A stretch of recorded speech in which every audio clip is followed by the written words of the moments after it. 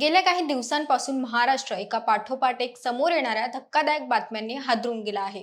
नाशिकमधील तो विकृत भोंदूबाबा अशोक खरात असो किंवा आयटी कंपनीतील लैंगिक शोषणाचे प्रकार असो किंवा नवी मुंबईतील भोंदूगिरीचा उच्छाद, महाराष्ट्राच्या संस्कृतीपणाला काळिंबा फासणाऱ्या घटना थांबायचं नावच घेत नाहीयेत। पण आता अमरावती जिल्ह्यातील परतवाडा येथील समोर आलेल्या बातमी ऐकून तुमच्या देखील अंगावरती शहार येतील। दोन नराधमांनी चक्क 180 तरुणींना आपल्या जाळ्यात ओढून त्यांचे लैंगिक शोषण केल्याचं खळबळजनक प्रकार उघडकीस आला आहे। आजच्या या व्हिडिओमध्ये आपण या प्रकरणाचं भीषण वास्तव आणि अशा घटनांपासून सावध कसं राहायचं यावर सविस्तर चर्चा करणार आहोत।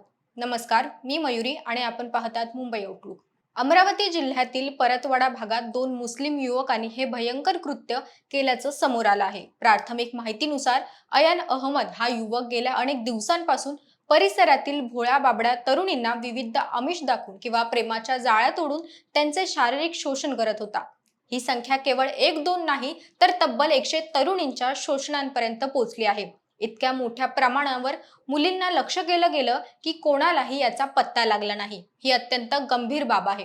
या नराधमांनी केवळ शोषण केले नाही तर त्यांचे 350हून अधिक आक्षेपार्ह व्हिडिओ आणि फोटो देखील तयार केले। हे फोटो आणि व्हिडिओ सोशल मीडियावर किंवा इतर माध्यमातून व्हायरल करण्याची धमकी देऊन या मुलींना ब्लॅकमेल केलं जात होतं। हे प्रकरण केवळ अमरावती पुरते मर्यादित राहिलेले नाही। राज्याच्या विविध कोपऱ्यातून अशाच प्रकारच्या विकृती समोर येत आहेत। नाशिकमध्ये अशोक खरात नावाच्या भोंदूबाबानं ज्या प्रकारे महिलांचं फसवणूक केली आणि शोषण केलं ते पाहून समाज मन सुन्न झालं होतं। त्याचवेळी नाशिकच्या एका आयटी कंपनीत वरिष्ठांकडून महिला कर्मचाऱ्यांचे होणारे शोषण आणि रवींद्र एरंडे प्रकरणाने प्रशासकीय आणि कॉर्पोरेट क्षेत्रातील महिला सुरक्षेवर प्रश्नचिन्ह उभं केलं।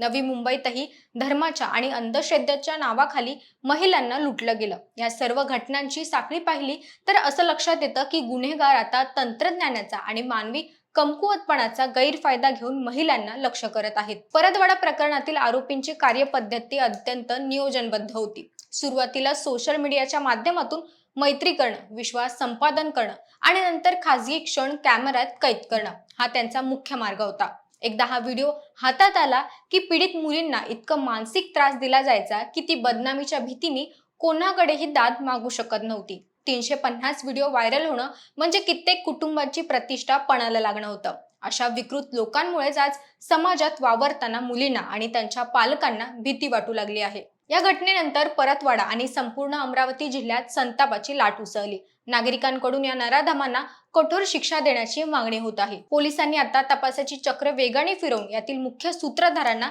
जेरबंद करणं आवश्यक आहे। अशा प्रकरणामध्ये केवळ अटक करून चालणार नाही तर फास्ट ट्रॅक कोर्टच्या माध्यमातून या गुन्हेगारांना फाशी किंवा जन्मठेपेची शिक्षा मिळायला हवी, जेणेकरून भविष्यात कोणाचीही अशी हिंमत होणार नाही। सायबर सेलने देखील हे व्हिडिओ इंटरनेटवरून हटवण्यासाठी तातडीने पावलं उचलणं गरजेचं आहे, जेणेकरून पीडित मुलींची ओळख सुरक्षित राहील। अशा घटनांपासून वाचवण्यासाठी आपण स्वतः जागरूक असणं काळाची गरज आहे। सोशल मीडियावर कोणाशी मैत्री करताना 10 वेळा विचार करा। आपले खासगी फोटो किंवा माहिती अनोळखी व्यक्तीला शेअर करू नका, जेणेकरून तुम्हाला कोणी ब्लॅकमेल करत असेल तर घाबरून टोकाचं पाऊल उचलण्यापेक्षा आपल्या पालकांशी किंवा जवळच्या व्यक्तीशी बोला आणि थेट पोलिसात तक्रार करा। तुमची शांतता गुन्हेगारांचं धाडस वाढवते। महाराष्ट्रात महिलांच्या सुरक्षेसाठी शक्ती कायद्यासारखं कडक तरतुदींची अंमलबजावणी होणं आता अनिवार्य झालं आहे। परतवाडा येथील ही घटना आपल्या सर्वांसाठी एक धोक्याची घंटा आहे। समाजातील ही विकृती मुळांपासून उखडून टाकण्यासाठी पोलीस प्रशासन आणि नागरिक